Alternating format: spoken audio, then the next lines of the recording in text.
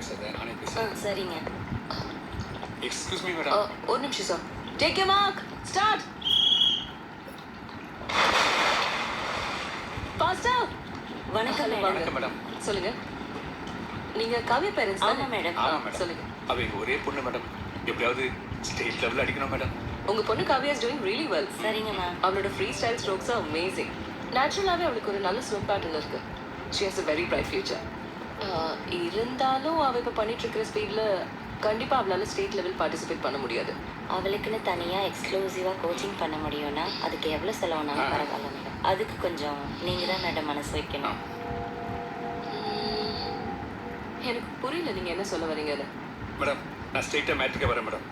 Government posting ஏற்ற மாதிரி காசு வாங்குறாங்கல்ல, அதே மாதிரி என் பொண்ணு காம்படிஷனில் கலந்துக்கணும்னா என்ன பண்ணணும்னு சொல்லுங்க, எவ்வளோ பணம் சொல்லுங்க, நான் கொடுத்துறேன். ஒரு 10 லட்சம் கேஷ் தர முடியுமா? இல்ல வேணா கிரிப்டோ கரன்சியில் வச்சுக்கலாமா?